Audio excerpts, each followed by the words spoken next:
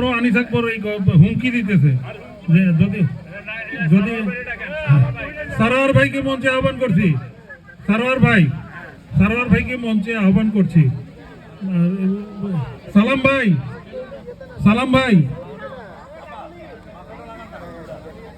ভাই মঞ্চে আসেন আপনারা। আপনারা সিনিয়র মোস্ট, আপনারা মঞ্চে আসেন প্লিজ। আপনারা সবাই মঞ্চে আসেন। অনুষ্ঠান শুরু হওয়ার পথে আপনাদের জন্য অপেক্ষা। আইলার নবী তাইয়া দিলাম শাইলি ধানের নেরা দামানে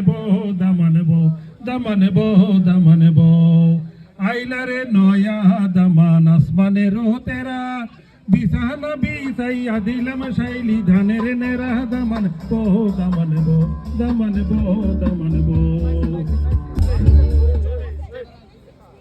শেষ হয়ে গেছে।